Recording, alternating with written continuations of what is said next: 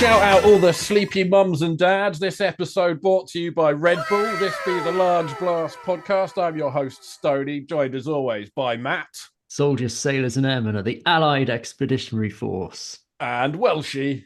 Crusaders, unite. We're here today to talk about all things Warhammer 40,000. And we like to get things kicked off with something we call Hobbies Goings On. We're taking a little look at the goings on that have been happening in host hobbies lives. So, Matt, you weren't with us last week. You were in the void.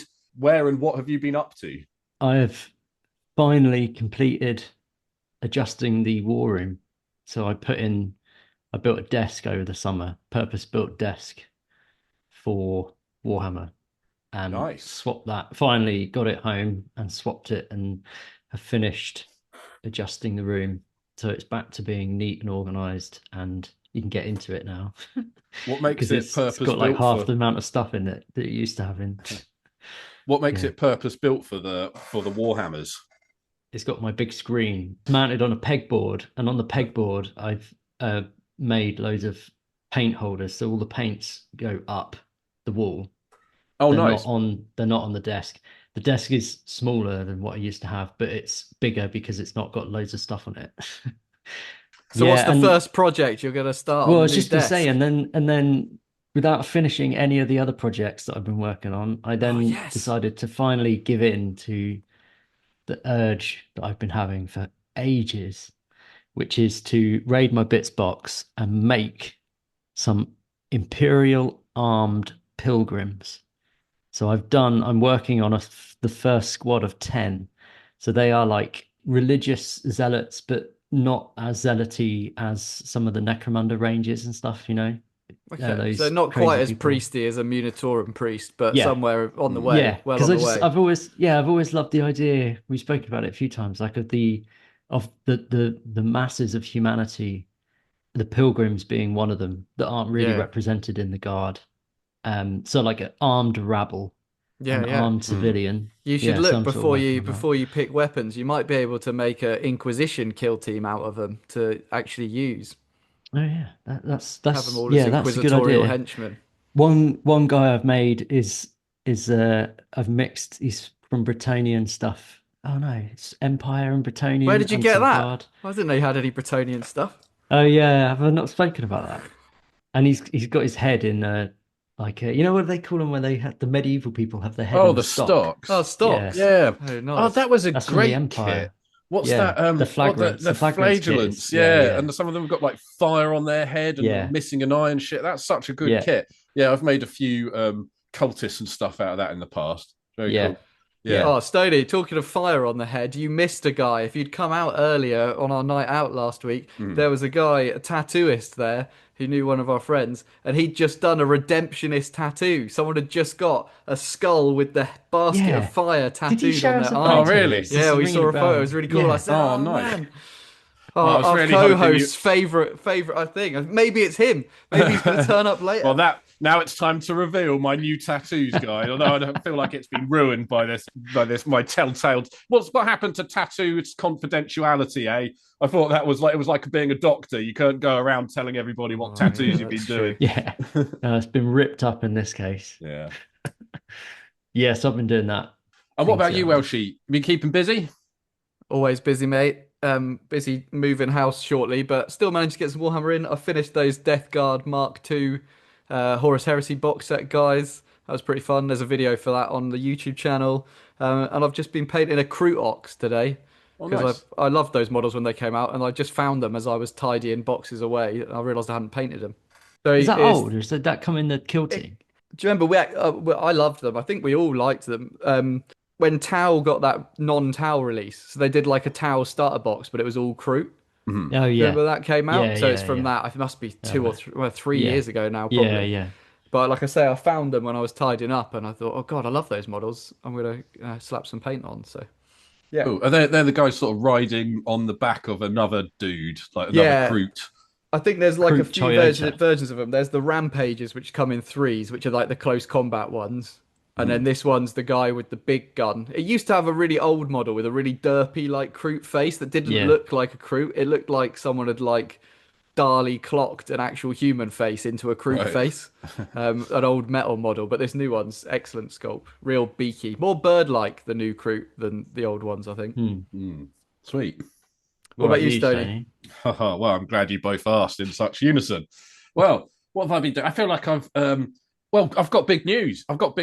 Super fan Jeff. We know Jeff. We've seen Jeff's YouTube comments and things. One of our great fans donated me 30 quid for a cameo. Yeah, well, yeah. No, for to go towards my 3D printer fund. And I've kind of felt like, oh man, like I feel like the pressure's on now. Like Jeff's donated his hard-earned money. You know, one of our listeners has donated their hard-earned money. So I feel like I've actually got to do it. So I've been looking at new printers. I'm going to do it. I'm going to buy a new printer. But then it's also kind of like, I really kind of need a new computer as well, you know. So I'm thinking I've probably got to get another computer. And, you know, then I was also kind of thinking, because it's my daughter's birthday coming up soon, I'm thinking, what do kids want the most? Graphics card. Boxes, right?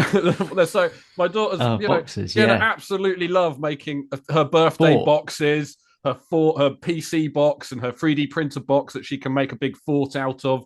So, you know, I'm thinking that maybe it's for everybody's benefit, really, that I buy this PC / 3D printer.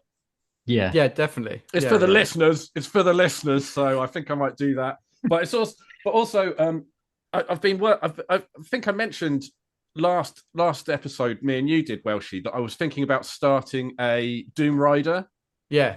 So basically, because I've been working for so long on my fucking Gene Stealer Corp guys, like I didn't realize that I've actually got really quick at doing just normal ZBrush stuff. So like I've basically finished the Doom Rider now. I'm going to do some test prints, but I basically did it in like 2 sittings. But I've got to say, I think Doom Rider's got to be one of the most fun projects in 40k. Like it's such a fun character. Like that's probably one of the reasons why it was so quick, because it's just like it's literally just making like the Bat Out of Hell album cover. You know, it's just so silly and fun. So if I feel like and I feel a bit like rejuvenated by doing Doom Rider, and I feel like I want to spread the awesome healing power of doing a Doom Rider. So I feel like if you're out there and you want something fun to do yourself a Doom Rider. Oh no, I've just finished the scenic base for mine, so the base will be out soon. So we'll have a double Doom Riding. Matt, get on it.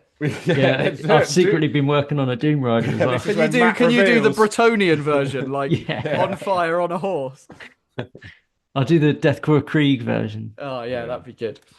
Sweet, yeah. So yes, that's kind of where I'm at. Daughter is living in poverty. Daddy's got a new computer. It's a playhouse with a computer in it. Yeah, exactly. Don't touch it. I was just going to say, don't touch the computer. Never touch Daddy's computer. Newsflash. Today's episode is so super special that there is no news, only olds. It's a history episode about how the heck we ended up in a little time we like to call Warhammer 40,000. So if you're looking to become a super splendid Warhammer 40k history buff like us here at the LBP, then stay tuned and don't forget to sign up to our LinkedIn newsletter for tips on how to cultivate that neckbeard you've no doubt started to notice coming in nicely. Let's check it out now. So forget about the all right crusade, forget about the good crusade. This is the Great Crusades episode, where the Emperor of Mankind has been flim-flamming around the universe. And we're here to talk today all about the Great Crusade and its various forms and aspects. Out into the stars. So I thought that, like, before we get going on what the Great Crusade was, I've got a little bit of history, a little bit of contextualizing history to like how we get to the Great Crusade. I'm sure a lot of people will know this, but this is like the sort of beginnings of the Great Crusade, which is basically the start of kind of the Horus Heresy and stuff like that. Before that is kind of 40 years worth of Games Workshop lore, which they have continually sort of fucked around with and retconned bits, but there is still a lot to kind of get us to where the Great Crusades are. So I thought it might be worth just having a little look at that. If you guys are prepared to come with me now on a journey to the Great Crusade. So it starts with the Age of Terror, which is basically like now until man gets into stars and sort of conquers space, kind of gets over fighting itself all over the place. and it's just like, you know what?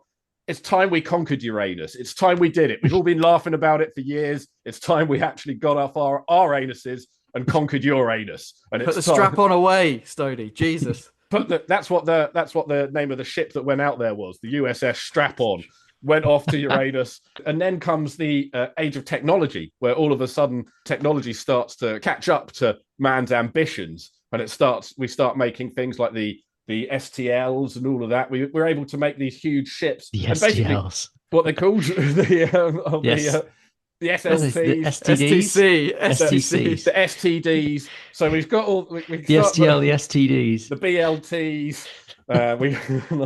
The men of gold, the men of iron. Yeah, so we get all of that stuff, and we basically get to this kind of point where, with our STDs, we can go to any planet and basically kind of terraform it and just do. We can go anywhere. We can do anything. We still can't. Can we not? I don't think we can travel in the warp yet, though. Can we? Oh no, astropaths appear in the age of technology. Yeah. I they think start it happens. appearing. Yeah, and I'm sure Games Workshop sometimes hint at the fact that potentially that divergence in humanity to create that gene and the navigator cult is possibly man-made. So, like, the age of technology allows us to adapt humans to allow us to do. There's certainly a hell of a lot of gene editing going on at this point. Don't they? Because this is like the stuff that always is in every rulebook that they release. And you're right, it slowly changes through time. I'm sure they hint at us developing warp travel, and it takes like 2,000 years for the navigator gene to appear. So for like 2,000 years, going in the warp is really fast, but it's like really unpredictable. Because your astropath is basically like they can read a 4D map, can't they? They can tell you where you're going and when you're going, and that's quite important. Have you heard that? Like some people say, he raw dogged the journey. Have you heard people say that? That's crazy, isn't it? That's kind of what they were doing before astropaths. They were raw dogging their journeys like pretty hard, and then the astropath came along, and he like could actually read a map and stuff, and like a kind of, because the warp at this point was pretty. It was what they call the primeval warp, the primordial warp, which was just kind of like a little less developed than it has been in the year 40,000. Which makes sense, because at the same time that these kind of astropath genes are developing, we're also starting to get more and more psychers, and the size and turmoil of the warp is directly related to psychers. There's very few at this early stage. And that's when people were like, right, we've basically got everything, but we're still kind of fucking around. It's time we make an AI robots that will basically just rule our lives for us and just make everything cool again. So they make the AI robots, and who could have seen it coming? They all rise up against everybody in what we've talked about before, the Men of Iron, all of that kind of thing. But you know what the Men of Iron didn't have? Fucking psychers, baby, because initial psychers were like crazy powerful, like way more powerful than the 40k ones. They could like crush a tank with their mind and stuff like that. So they were just exceedingly powerful psychers. They start to increase. You're right. Some of the early ones are off the chain. The only aside to that, I suppose, is that maybe as lore is being released now, the retcon seems to be that some of the perpetuals, like the Emperor, may have been around from like before our time now, realistically. So there might have been all of this. There might have been kind of semi-psyker architects behind a lot of these developments, which makes them, super powerful. Like, was it the Emperor that set us on a path of AI, and it's just like everyone else has forgotten about it? Yeah. There's also quite a lot of like speculation that that actually these original super strong psychers were actually just possessed by demons, because they were like essentially just putting their mind into the warp, raw dog in the warp, and without really knowing what was going on. Yeah, for sure. And AI, as you say, without someone like Elon Musk at the helm, has gone terribly. If only they'd had Elon Musk to save them. I think they've got Nikola Tesla, don't they? He's someone's head. Doesn't Transcend the Infinite have him or something? Can't he? No, it's in his box. Oh yeah, yeah. I thought it was a relic in the Imperial Guard. Anyway, yeah, it is. I'm sure it is. Either way, Tesla was not piping up, and he wasn't being very helpful at the time. And this is kind of when the Big E kind of rises to power, right? He gets like he decides all of a sudden, like we say, as a perpetual, he's just like, you know what? It's time someone took care of this shit. It's time for the Big E to make his moves. Yeah, Or as or well, so she we're says he led. tries again. So we're led to believe. Yeah, yeah. But I think 100th time lucky. the AI throws the entire human spread across the galaxy into turmoil, right? Is that the kind of point that leads to the age of strife, they call it, where everything's falling apart? The AI basically What's the they cut war in worlds heaven, or off. what's it called? War in Heaven's about 400 million years Yeah, before yeah. what But we're what's talking the? about. I'm sure there's a name given to this. Yeah, doesn't matter. But yeah, the period of 5,000 years is the age of strife, but it begins sort of when the AI turns on humanity. Yeah, John Connor has not fulfilled his role. The AI has Yeah. turned on humanity. Planets are being cut off, and that's obviously also thrown terror back into kind of ravaging turmoil, right? And that's when the Emperor goes, "Fuck! Either I shouldn't have done that, or someone needs to sort this out." And that's will probably never be clarified, I don't think. Yeah. It is all. This is definitely all kind of lore that's been messed around with loads, and Malcador's kind of his mate at this point, and so there's all sorts of things. But essentially, at this point in the lore, humans have intergalactic space travel, warp travel down. Mars is its own place and can make anything. Basically, he tells them to make stuff, and they make things, and they have their own autonomy. And at this point as well, the Emperor definitely knows about chaos and the dangers of the warp as well. Is this where he makes the Thunder Warriors? Am I right here? So yeah. So this is, I think that then goes, as I say, like the repercussions of galaxy falling apart leads to what's called the Unification Wars, which is the Emperor beginning to try and unite Terra again as a single planet. And to do that, he invents the Thunder Warriors. He does, which is his first dalliance into like making life, basically. And he makes these kind of like dribbling nutbags, essentially, aren't they? They're fucking lunatics. Short lifespan. Short lifespan. They run in, they shoot guns. This kind of like definitely shows the Emperor that what he needs going forwards is not necessarily the Thunder Warriors, but he needs to make his own guys. Like so many of the races in 40k, like the Elder and the Orcs and all of those guys were like engineered in some way by the old ones and like kind of like made to be like good at like fighting or whatever, rather than a poor old human that just had to like evolve and is kind of okay at fighting or whatever, but is like in a one-on-one battle would not beat half of the species in Warhammer. So he's like, right, I need to do a bit of a better job at like making Space Marines than the Thunder Warriors. So this is where he decides to like split himself up into sort of parts and make the Primarchs basically. Yeah, and I think also at that time, as the Thunder Warriors are going around, and maybe even before, he's done it. He knows how to do a better job, and he's proved that because he's also got Custodes. Does he have Custodes at this point? Yeah, so there's Custodes at the same time as the Thunder Warriors.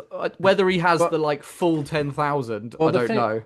But he starts to. Some of the early Custodes are literally like he's a real dick when he's doing the Unification Wars. He's conquering places and stealing the like king's children and turning them into Custodes. So his like right-hand men are literally but he's also like genetically made to obey him instead of their fathers and that kind of stuff. But the thing about the Custodes is it's like a massive false economy because he has to kill like 10,000 of them to get the one that he actually wants.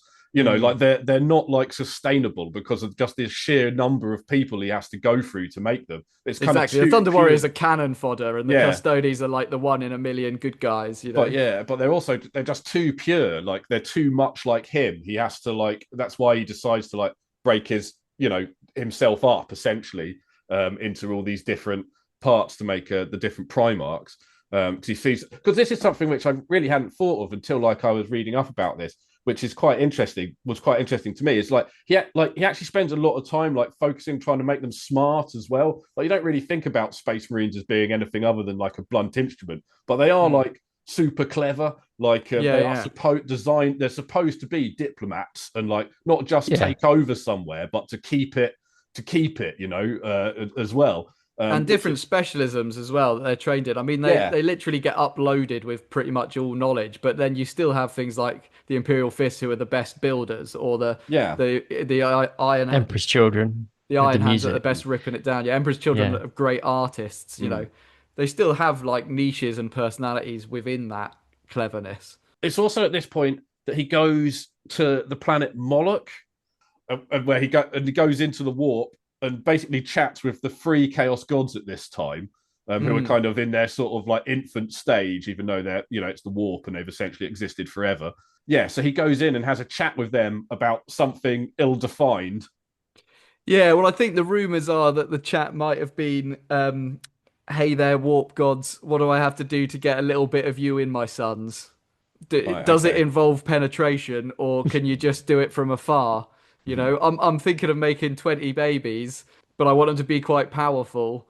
How could I go about that?" I think that's what some of the rumors are. He's gone and had this chat, and has he made a deal with them? Has he stolen knowledge from them? Has he just gone to investigate and check out what he's dealing with? You know, is there warp energy in the Primarchs? Is the question, or is it all Emperor juice? That you missed out that when he's done with the derpy Thunder Warriors, it just shoots them all. Yeah. So there's very few Space Marines that are there. Some of the Dark Angels, because they were the first Legion, witnessed this. But when he's done with them, they just gun them the whole lot to the ground, which kind of sparks the Space Marines thinking maybe he'll do the same with us when the Great Crusade's done. Well, he does a load of that with the Custodes as well, which is crazy because of just how fucking rare they are. There are some where he's basically like, you know, like if I'm doing a test print here on my 3D printer, like I know it's going to come out wrong, but I want to see how it's going to come out wrong, you know? And he basically does the same thing where he kind of like, he's like, oh, what if I stuck an arm on them? What if I gave them hands for feet? You know, or something like that. That sounds like a great idea. And he gets up and he does that. And then he prints a couple. They come out and they're like, "Father, what have you done to me?" He's like, "No," boots them off a cliff, you know, and that's it, basically. And but like, which is crazy when you think it's like literally like 10,000 other dudes have had to die to make this one custode, and he's still quite happy just to fuck it off. Yeah. But it makes you wonder, like, how far in advance has he thought about it? Because he's obviously looked at Terra. He's gone, I need to unify Terra. And in quite a short space of time, he's designed an entire war race, then obliterated it from existence, then decided to do it again with the Space Marines, then decided the Space Marines need dads, and maybe the dads need to have a bit of warp energy in them, and then loses them. All in ambition to kind of prep to take over the galaxy. The Primarchs go first, though, don't they? Yeah, Before, the and then Primarchs come the first. Space No, Marines. well, I think what I not was for some of the First Legion. well, what I was reading was so he makes the Primarchs. And this is I don't really understand how they go missing. It sounds like he just went to the bog or something, and when he came back, they were all just gone, or something weird happened. But again, It's I guess that's explained by the end of the Siege of Terra. Okay. And there are people who are influenced by the warp who have hands in it, but I won't say. Well, can you drop a spoiler on us anyway, just for the people that do want to know? There's an explosion in the place that they're all in that may or may not be some paradoxical link back to characters that appear in the future. Okay. But it's never really explained. Well, I feel like I've learnt nothing from that. but anyway, so it might have something to do with their mum as well. But who shit. knew? Oh, they've got a mum. Damn. Okay. Well, that's too much for this episode, though. Oh, all right. Well, we'll come back next time to find out who the Space Marine's mum is. But basically, he decides that the best way to get back the Primarchs is to then build an army for them and take the army all out on a big day trip to try to find their dads, essentially. So, that was kind of how I understood it. Yeah, I think so. I think, but maybe that's what he was talking with at the gate. Maybe that's the side of the bargain. Maybe the bargain he makes is if you help me create these guys, I will let you explode them around the galaxy. Or you know, you're going to make mystical dealings with mystical beings. They're not going to let you just do it all easily. Oh, yeah. I think even if he didn't have the Primarchs, if someone had said to him, "Oh, actually, all the Primarchs are dead," I still think he would have tried to conquer the galaxy and start the Great Crusade. It just 100%. happens that he can also look for his children at the same time. Oh, okay. Maybe it adds impetus to the whole thing. Maybe he would have done a more thorough, careful job had they not been around. Because you're right, he probably worried about who would get to them, dotted all over the galaxy. But he's been around for ages, so he's seen humanity rise to like its peak and fall. And it just sort of struck me why he spent 5,000 years letting humanity like disintegrate from a galaxy-spanning empire, and only then does he rise up. But maybe that aided his ability to rise up. He rose up in the ashes of Earth.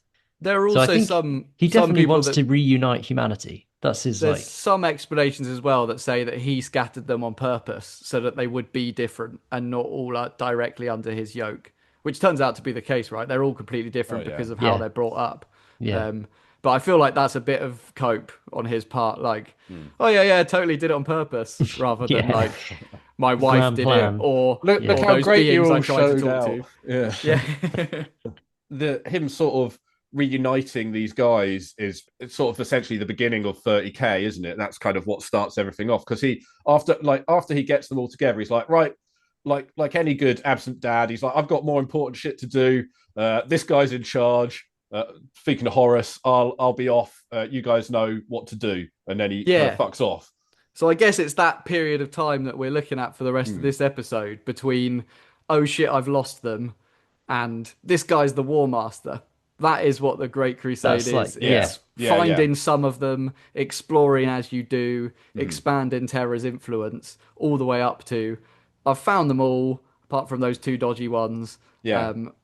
Aren't I a great dad? You take over. Yeah, this is kind of the good old days in a way. This is like when they were all like, hey, remember when we were all like a big family cruising around subjugating planets? Yeah. Wasn't that the time when we were at our happiest? So there's one thing I read that was quite cool, that kind of illustrated it for me, which was, so at the beginning that you mentioned, he is essentially that's the Emperor, is in command of the first expeditionary fleets. So these are the fleets that are sent out from Terra, and they can have Space Marines, they can have what becomes the Imperial Guard, so human fighters. They could be joined with Admech from Mars, or what they called at the time, the Mechanicum. And essentially there's just one expeditionary fleet to begin with, as I say, led by the Emperor. But apparently by 203 years later, at the beginning of the 31st millennium, there are 4,287 primary expeditionary fleets, as well as 60,000 secondary deployment groups, and a further 372 expedition fleets regrouping or refitting in the Sol system. So it starts with one, and the forces behind the Great Crusade just build and build and build. And obviously the Emperor can no longer lead all of that. So he has commanders rise up, some of them being Space Marines, some of them, as we'll go into, being Primarchs as he finds it. But the size of that really struck me. I think, although I haven't actually got many examples because no one writes too much about them, but those early days of conquering planets before he'd found any of the Primarchs are quite interesting, because he has Space Marines. So there's some Dark Angels characters, because obviously they're the first Legion and the first Space Marines to be made. There's Dark Angels characters that remember fighting literally side by side with the Emperor before they find their Primarch. They're rare, but you have characters that feel like they're more loyal to the Emperor because they've literally fought next to him than they are to their Primarch. Terra. And they have weird weapons and stuff. And they're all Terran born at that stage. So I feel like you've got the best story in the pub, haven't you? If you're the one Space Marine in 100 at the end of a battle that can tell everyone how you fought next to the Emperor, that's pretty fucking cool. Cash rules everything around me. Queen, get the money. Dollar bill, yo. What we thought we'd do is we can't look at every single battle or every single what they call compliance, bringing a lost planet back under the yoke of Terra, because there's bloody loads, and we probably get a second episode out of it when we run out of things to do. But I thought I'd just start, boys, by us talking through some of the compliances that are really, really important to the overall story. That bit, as Stoney says, between leaving Terra and naming the War Master. Some of the big planet names that are integral to the storyline before we start getting into some of the weird planets and the weird compliances. Yeah, let's do it. So I think the first one, these are kind of in order. So this period of time is between M30 798. So the year 798 of the 30,000th year. And it goes all the way up to M3105. So we're talking like this period of time is 250, 300 years, basically, that this crusade is going on for. And I think the first compliance of a planet that is going to become really relevant is the Battle of Davin. So Davin is taken by the Lunar Wolves and the Word Bearers. When they land, the people there kind of immediately realize that they're fucked, which happens on some of these planets. Some planets, they get to them, there's a human population, and they realize that there's no way they're going to win, and they instantly surrender. That's the kind of easiest answer. And that happens in the case of Davin. And who they leave on Davin becomes really important to the rest of the story, because when they leave Davin, in order to make sure that it stays safe, they leave a load of word bearers led by none other than Corferon. So for 60 years, Corferon and the word bearers are on Davin, and 60 years later is when Erebus tricks Horus to land on Davin, and that's when Horus ends up wounded in the Serpent Tomb by nefarious means, and that kind of is the start of the heresy. So the compliance of Davin is actually kind of not very notable for anything. They land and the Davinites surrender. They're a kind of priestly bunch. They go, you know what, fine.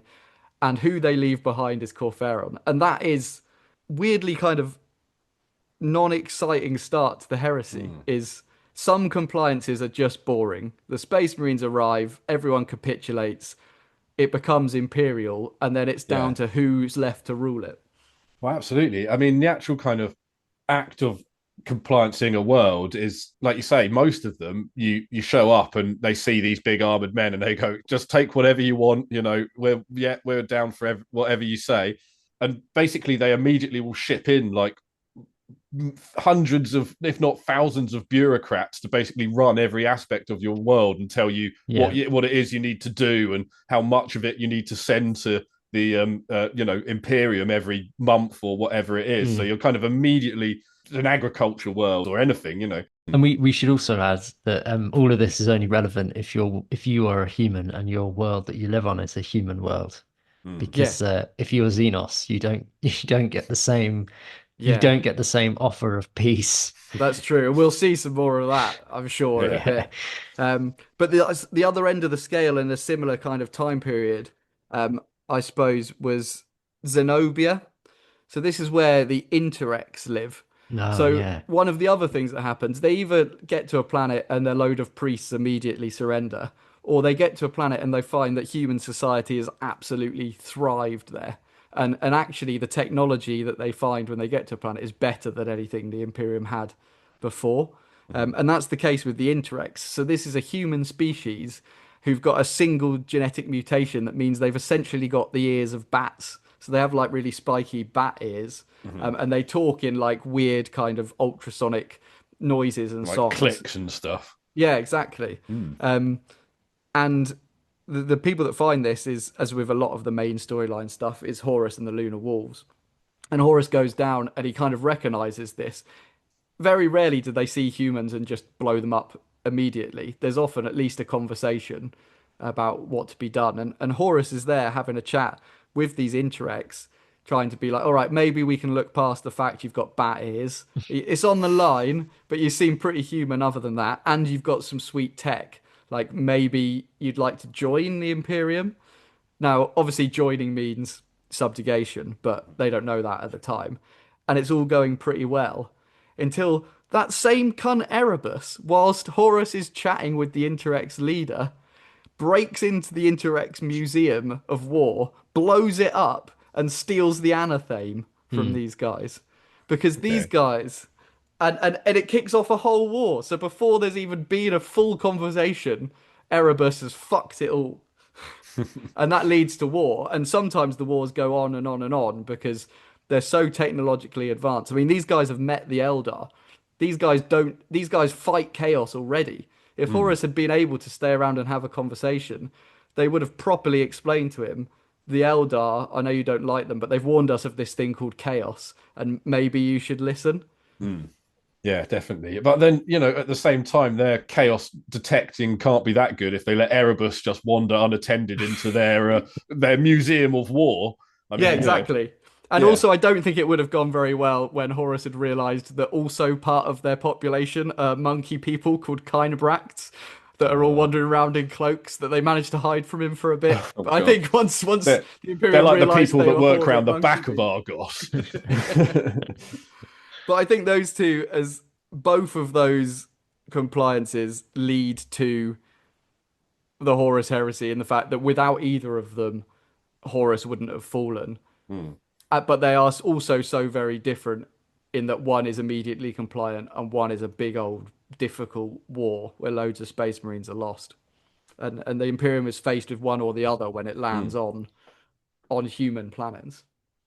No, it's cool. And like you say, it doesn't always have to be like a massive notable war for the most notable thing that changes history to happen, like this anaphage getting stolen, all of that. Like, Yeah, like in another fact, example. all you need to, it sounds like all you really need to do to have like a law changing event is have Erebus on board the ship and like something bad is going to happen. Or Yeah, exactly. and it kind of makes you wonder, but also if Horus wasn't sort of around either of those, if Horus wasn't on the world of the Interrex, then the story could be very different. Or if Yeah. somebody else was there, don't know. Yeah, well, but other examples, all kind of that similar kind of thing. The Laren, right? The Lair blade, one of the most important swords in the whole Horus heresy that Fulgrim lops his brother's head off with, that corrupts him, just happens because Fulgrim happens to be the one that brings the Laren planet to compliance. And when he lands, he sees that they're all like weirdly genetically adapted. Some can breathe underwater, some can run faster than land speeders, some are like fused with their planes. And that battle ends with him in a temple of ruins holding a sword that whispers to him. So compliances can be more than just one battle. They can affect the whole outcome of society because you're going into the unknown. Yeah, definitely. and some worlds become compliant, and then the human population will have um guerrilla combat, guerrilla warfare. They will have, some of them have to be subjugated again, don't they? Yeah, Um, definitely. because the space marines sort of lead the charge and then move on, and the human military forces sort of take over the planet and help the, as Sony said, the bureaucrats sort of take ownership of the world. Yeah, But and yeah, that can happen some in people don't. even the most unlikely places, right? Like Nostromo is a good example. It's literally like Kurz is born there. He unites the entire planet, and when he fucks off, it's only like 50 years before the whole world becomes non-compliant, and that was a Primarch planet. Yeah. Yeah. So I get my last one then, boys, in this kind of overview of the whole thing is the one that takes you right to the end of being named War Master. And that is the Ulanor Crusade, which is a crusade within a crusade against the Orcs. And I think the Orcs are probably like the biggest Xenos race that's involved in this whole system. This is a warlord called Urlak Org. It is a compliance that involves 100,000 space marines and 8 million Imperial, well, they're not called Imperial Guard, but 8 million men. So 8 million men and 100,000 space marines drop pod strike the lair of this Urlak Ord.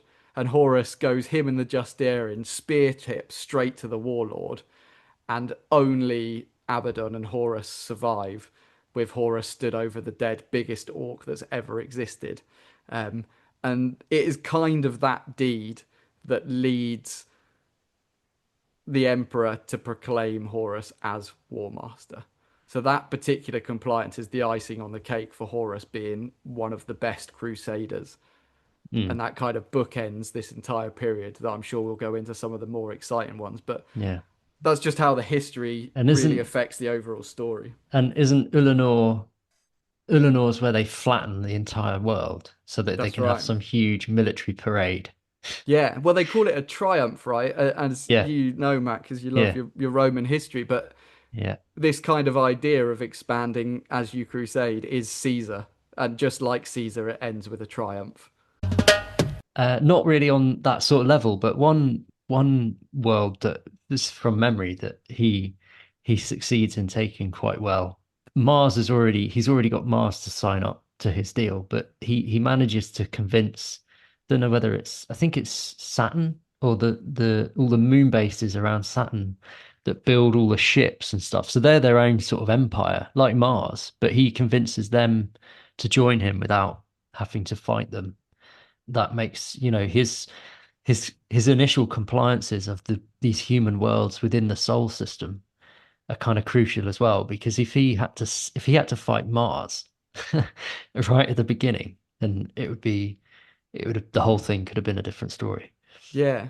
Yeah. I think probably the first world that's conquered, well, it's not a world, it's a moon, is the moon. The moon, yeah. Luna. Yeah. So that Yeah. the first conquest, the first Space Marines fighting in space is on the moon, where they have to take over the Gene Witch cults, because that's essentially the laboratories that produced the first Space Marines. So, you know, the Emperor has the tech, but he doesn't have the scale of resources. And he tries to get the Selenar gene cult on side. And they were humans. They are humans, but they're a matriarchy that clone themselves because they know their work will take more than a lifetime. So when they die, their clone can take over.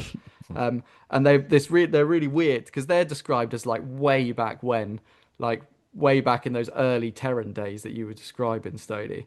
They kind of split from Earth and become their own thing. And they believe that like humanity is like a fractal, amorphous kind of universal force, and that people are actually just archetypes. So you have like the Caesar archetype, and they believe that humanity is just that happening over and over again. You've got the mother, you've got the son, you've got the father, you've got the warrior, you've got the healer. You know, that's how they perceive reality. And when the Emperor comes along and's like, do you want to work for me? They're like, nah, mate, we've seen your kind before. You're just the bloke that comes along, gets cocky, is an arrogant prick and fucks everything up. We're on our own, thanks. Yeah. Obviously, the Emperor doesn't like that, and then he uses military force and fucks them over and steals their laboratories. But they really should have seen coming if they've not met probably, people like that before. Exactly. Yeah. In that archetype scenario, they're the losers. Yeah. The other thing that I've just sort of realized that happens during the Great Crusade, which is obvious when you look at the timeline, but like it's quite interesting to think about because it kind of ends with the Horus Heresy. Would you say it ends with the Horus Heresy, or does it end? The Great Crusade, I think. Does it? I think in terms of how people refer to it, ends when the War Master's named. Although there's more crusading to be done, I'd say that's when the start of the Horus Heresy probably. So is it cleanly established if they existed, or if the Emperor finds the two missing Primarchs? Is it established that they were crushed after the Great Crusade ends, but before the Horus Heresy, or could one of those potentially have happened during the Great Crusade? The only reference I found to it, and this is getting into the Xenos section that I'm sure we've got other examples of, but was the Rangdan Xenocides. So this was another massive crusade within the crusade. The Rangdan Xenocides, which left 80,000 Space Marines dead. This is the biggest, probably more so than the Orcs, the hardest people that the Great Crusade ever had to fight. And it's really interesting that it's the only place within like canon lore that the 2nd and the 11th are mentioned fighting. Oh, really? And then they're not mentioned afterwards. So there's a lot of rumors that 80,000 might have been like the entire 2nd Legion. And then the 5th and 19th come in and shore it up for 8 months, just managing barely to hold the line before another 2 legions arrive. And these Rangdans are so precarious in space that there's an entire order of the Dark Angels that's left to watch this region of space. Oh yeah, so whether the Rangdan are even completely gone or not is unclear. They're mimics. Yeah, they have personal shields. They can one-on-one beat a Space Marine, so they're big dudes. And there's rumors that, however, that they might have been controlled by the Sloth. You know, the like maggot mind control people. So it's that really weird section of space where no one knows what's going on. I think so. That could be an answer to your question, man.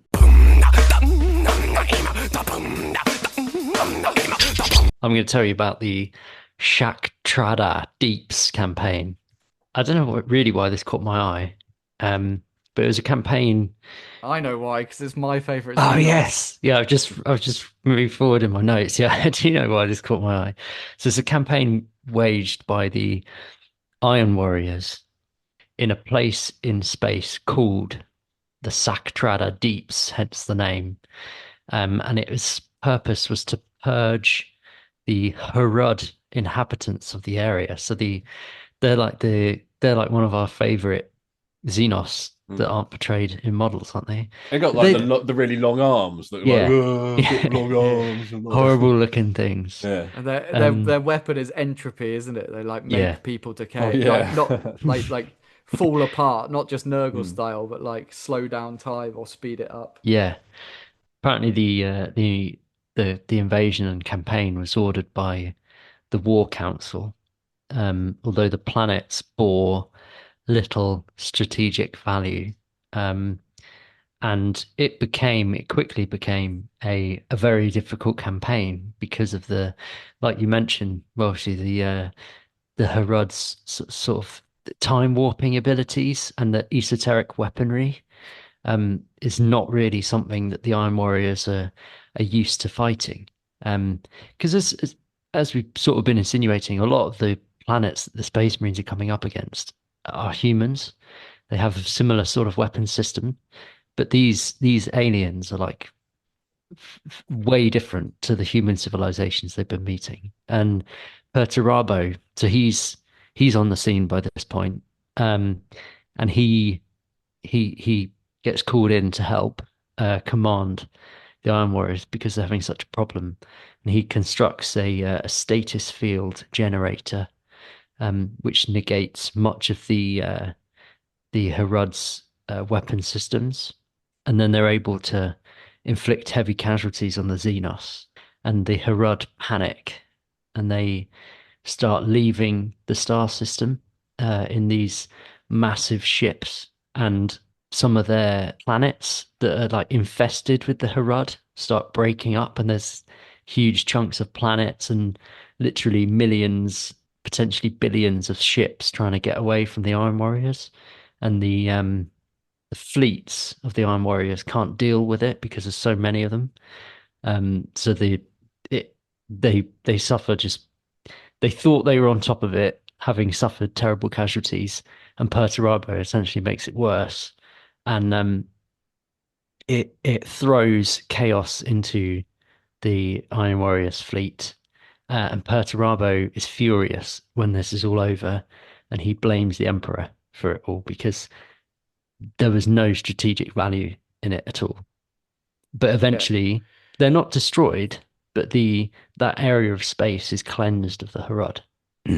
Yeah, I think it's one of the rare examples of like the Imperium actually lose. Like sometimes they cause exterminatus like by choice. So they haven't really made compliance. So I guess that could be a loss. But like in that instance, it is a case of them taking on a foe that they really can't beat. Like they physically can't beat because like when they charge them, they age, and like by the time they've got to the front line, they're just like 2,000 years old husks of people. You just want to have a sit down. Only person, yeah, exactly. Just gonna have like rocking chairs on the front line. Start painting some Union Jacks on roundabouts. Have a sit down. And that literally tears the planet apart, like you say, about when Perturabo finds a way to fight them. So I think that's a cool example, isn't it, of like compliance gone wrong. Perturabo just blames everything on everybody else, though. That's like his whole thing. He doesn't like being the blunt edge of the sword. There's not many. Yeah, I don't know if this is counted as a defeat. There aren't many. What are the Xenos that the Emperor's children struggle against? They're the mega arachnids. And then the arachnid the mega arachnids is going to be one of my favorites. Yeah, those guys are well cool. There's so many cool alien races that are just wiped out. That look, I don't think they were wiped out. Oh, I thought they were. Oh, they're the mega arachnids. Yeah, so they do they not destroy the whole planet? They go in there with a bunch of slippers, don't they, and just start fucking swacking the shit out of any pile of leaves or anything. Get the big can of raid. I think they do like properly fuck them up, from what I remember. The mega arachnids. But they're an example linked into the Interrex that I mentioned earlier, because Murder, the planet they live on, which is called that because the last signal that comes off it is "this world is murder," but it's actually Olsrarak. The Interrex have literally made that a mega arachnid zoo. So that super like advanced human civilization had managed to corral Oh, the mega yeah. arachnids onto one planet, and they'd literally put a load of beacons around it, being Telling them like, not to go there. "Warning, fuck Do off, not- giant spiders! Don't Do bother not with this feed one. the mega arachnids. You don't want this one. It's irrelevant to you." It's just like but a they moon- still go. There's just like a moon floating around it with one of those things where you put 20p in and you can like look through the binoculars at the mega arachnids. And it's just, I think that is quite a big point to make about the Great Crusade, that it is unflinching. As you've said there, Matt, Perturabo's annoyed because there was no strategic value to taking this planet. There was no strategic value to go in and like poke in the spider's nest that had already been contained. But the Emperor wants everything. Yeah. He is completely unflinching in that. In a way, you can understand why after the havoc that's been wrought on humanity that he's seen. But yeah, he should have been a bit more tactical, like take over 90% so that you can then deal with the mega arachnids. Don't Yeah. Well, it's or just- just have them as a just zoo. go round them. Yeah, Jurassic Park style later on. Because you can well, that- control I mean- the space around the planet. You don't need to control the planet. Now you said Jurassic Park. I think I agree with the Emperor. He should have just killed everything. You can't be like, we've all seen Jurassic Park. Everyone's hubris. Oh yeah, we could keep them in. Before you know it, it's like 5 unwanted movies later, and the dinosaurs are just living like the Flintstones with everybody else. Yeah. I bet hubris is the Emperor's middle name, isn't it? Yeah. Really? Yeah. And I think like also the barbarism of the whole thing's worth talking about. I think a good example for that was this planet Anactor. So this was the Blood Angels, right? The friendly Blood Angels. They're all right, apart from the angry ones. They land. They find that there's these barely human mutants that they describe as the Iron Bulls. So I've always imagined them a bit like Beastmen. Like maybe this was a planet of Beastmen, like big bull-like dudes. And the Blood Angels really respect these guys because they fight back really hard, even though they like don't have the technology. And they make an 80-mile long wall of Beastmen dudes to fight in this like acidic sea. And the Beastmen are riding these like metal leg spider things. And Sanguinius is so respectful of these guys fighting back that he actually decides to give them a 6-hour ceasefire in acknowledgement of how well they're fighting. And in response to that, they send ships to parley with Sanguinius. But surprise, surprise, the ships are filled with explosives. Then they explode. And then Sanguinius explodes, nukes every single city on the planet, Phosphex bombs them, Rad bombs them, and drags their king to the top of a mountain to rip his head off whilst he watches his entire planet burn. So even the angel of the Imperium is that barbaric in these compliances. Some real mixed messages he's sending out, isn't he? It's like, yeah, I really like it when you fight. Oh, what? He tried to kill me? Oh, I thought this was a fun and game style war. Yeah, that's true. But I think like there are, I mean, maybe the Salamanders and maybe in some compliances the Raven Guard, but at the end of the day, if you don't know what the Imperium says, you get fucked. Whether it's through slavery or Absolutely. through exterminatus, you will be brought to compliance. I picked another one as yeah. well. The Siege of Mycana, which apparently happened in the final years of the Crusade. And it saw the Emperor's children under the command of someone called Patux lay siege to the last city upon a human world, which was called Mycana, known to the local population as Lyconis. And this was a human techno-feudal regime, which sounds interesting. Is that because they went out dancing and Yeah, fisting say, each like, other in The late techno years? Viking. Feudal techno sounds like an obscure subgenre made by landowners. Techno made by landowners. Actually, it does. They used drug-fueled berserkers. The Emperor's children went there, and these techno shamans activated a massive energy field, and it protected that last city. So they've been able to take the rest of the planet, the Emperor's Children. But on the last city, their leaders established this like force field bubble that went around the center of the city as their last defense. And it took weeks and weeks of the Emperor's Children trying to They were get at a into rave. this. They were at a Yeah. rave. Yeah, oh, it's going to take another week. They've got like Yeah. glow sticks around their necks and shit. Like, oh, yeah, still haven't managed to get it into compliance. The techno Maybe shamans still haven't maybe quite... the Emperor's Children were just having musical artistic disagreements. Is this with why they this- got so into sound? Like Yeah. they were like, we've got to Yeah. we've got to go back hard. We want like I the want to beat go back. herder version. Yeah. Take me back to Mycana. That experience was amazing. But the weeks passed and they just couldn't get through, and it was causing really serious casualties for the Emperor's Children. Some of these drug-fueled berserkers would come out of this bubble, so they were just getting surrounded by this crazed infantry that were encircling them in the ruins of the outer city. And then Lionel Johnson himself and the Dark Angels turn up.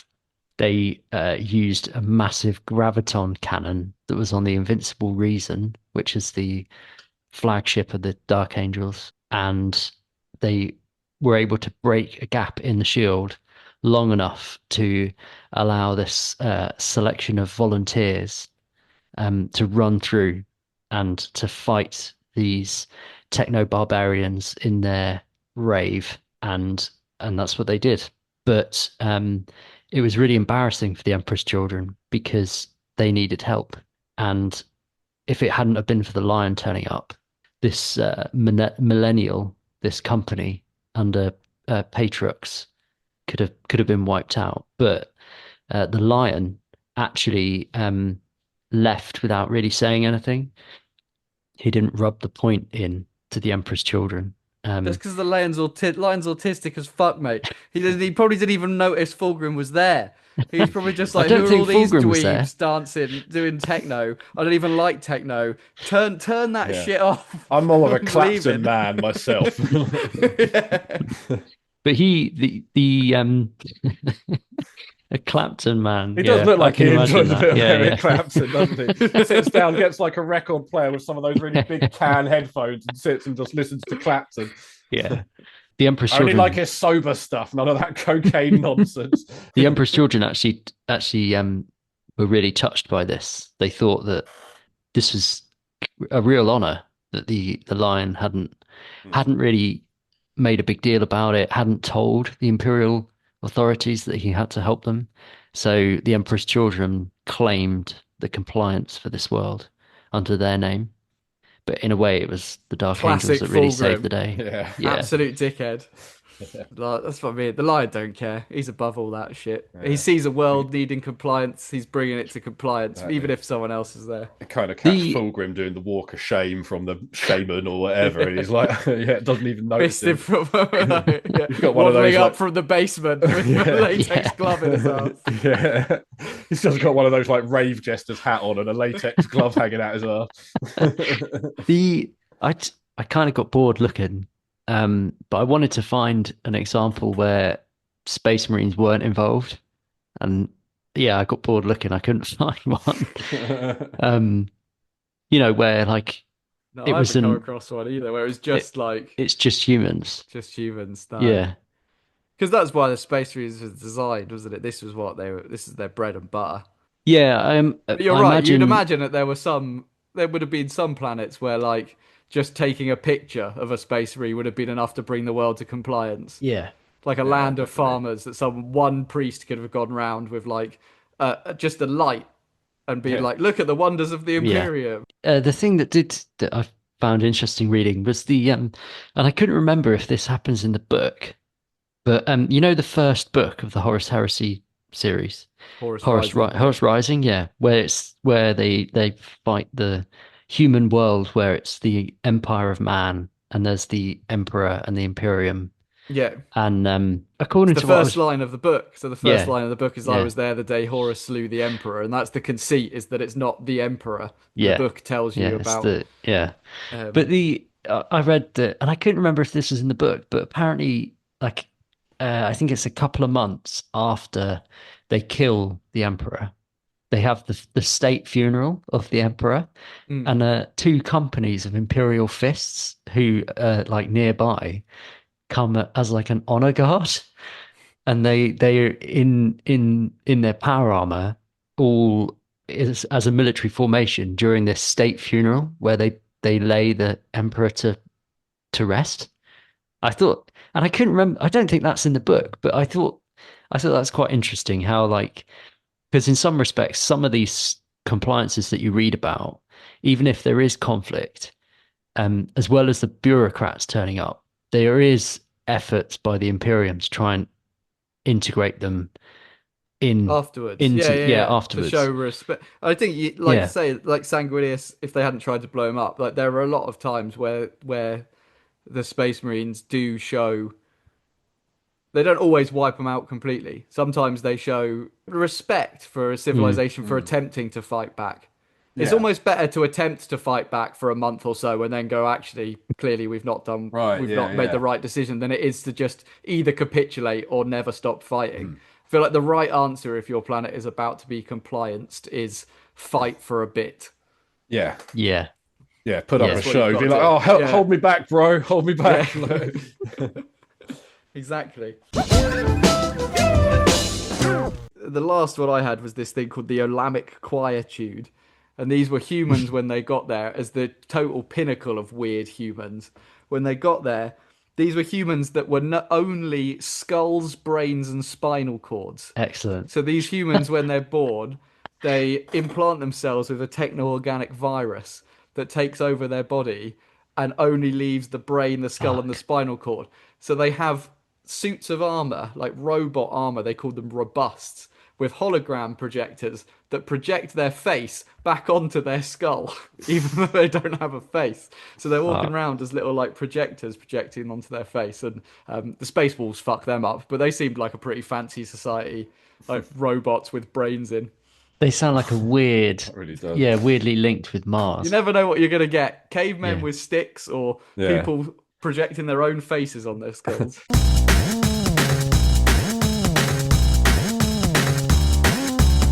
It's kind of easy to forget with like the way that the lore goes and how Horus gets depicted further through the heresy. But like at first, he is like a really good leader, isn't he? Like he is like super charismatic and just people like are kind of naturally drawn to want to follow him, kind of thing. And he is the best compliancer. Like they are the legion that bring the most worlds to compliance. The only one that comes close, I think, is the Dark Angels. And in fact, that Rangdan crew, Xenocides, I mentioned, there's some bits in the Alfarius book that suggest the Alpha Legion were trying to bolster the Dark Angels in that so that they took over more, so that they overtook Horus, because the Alpha Legion already wanted Horus not to win. So they were trying to make it so that the Dark Angel, so that Lionel Johnson would be named War Master. They must have been well pissed off. It's all about numbers. They must have been well pissed off when he's not even counting the planets and letting Fulgrim take some of the numbers. Like, fuck's sake, we set that whole thing up. We spent decades trying to plan that. Can't even be asked to claim it. Do you think the Emperor had like a smiley face chart on his fridge where he counted up all that? Well, I think he should have done. I think that's a great pace to end the discussion there. Yeah. Get up off of that thing! Welcome, everybody, to the last part of the show, the Lords of Lore quiz, where I pit Matt and Welshie against each other to find out once and for all who is the Lord of Lore. And this week we've got, what vape flavour is that? Well, I'm going to give you the name of a 40k vape, and I'm going to need you guys to tell me what flavour you think it is, okay? Yeah. Okay. The very first vape flavour is Catachan Visage. Well, Visage is like covering. Is it the smell of a towel that you might mistake for something that eats your face? I'll give you a point for that one. It basically tastes like faces. For the Catachan face eating market. I believe that if they could have a few vapes, the face flavored vapes, it might keep them off the faces. So it's for those trying to wean themselves off. What about Orc Breeze? Does it taste like grog? No, it's something that like kind of flies in airborne. Oh, the Buzz Squigs. No. Airborne. Yeah, it's kind of like an airborne element of orc society. I guess it's Is it just breathing in spores, just like spores. mushroom It's spores? mushroom spores. Oh, It tastes like yeah. mushrooms. Yeah, it tastes like mushrooms. Okay, what does Tau Blast taste like? Sorry, what was I was that? gonna say forehead pussy. I mean, forehead pussy isn't what I've got written down here. I've got camel cloaca, but I'll give you forehead pussy because I think it's in the same ballpark. What is custard gust? Is it like a squashed imperial fist? The No. smell of Rogaldorn's crotch. Oh, yeah, okay. I'm going to go with that. I'm going to go with, Rogaldorn's crotch. What about Harud Passion? The sense of your life slipping away, or just Age. cancer. Yeah, I'll give you that. Age. Yeah, it tastes like age. What about starch ice? Yeah, Starch ice. Is it corpse starch? The smell of Corpse starch. That's right. Yes. Ah. Corpse starch. Homely, home cooked corpse Oh starch. yeah, it's a bit like having a roast dinner vape. You know, we've all yearned for it. Okay, so that brings us on to the last of the questions, which, as we know, is worth 17 million points. So, what is Sassy Liquor Raz? is it like a demonette? Is it Amasek? Amasek, Welshie, Oh, wow. clean slate. Wow. Absolutely taking it all the way home. Matt, you didn't do your usual sneak in at the end No. and steal them all. But yeah, thanks everybody for listening. It's been Large Blast Podcast. We'll speak to you next time. Say goodbye, everybody. Goodbye. Bye, everybody.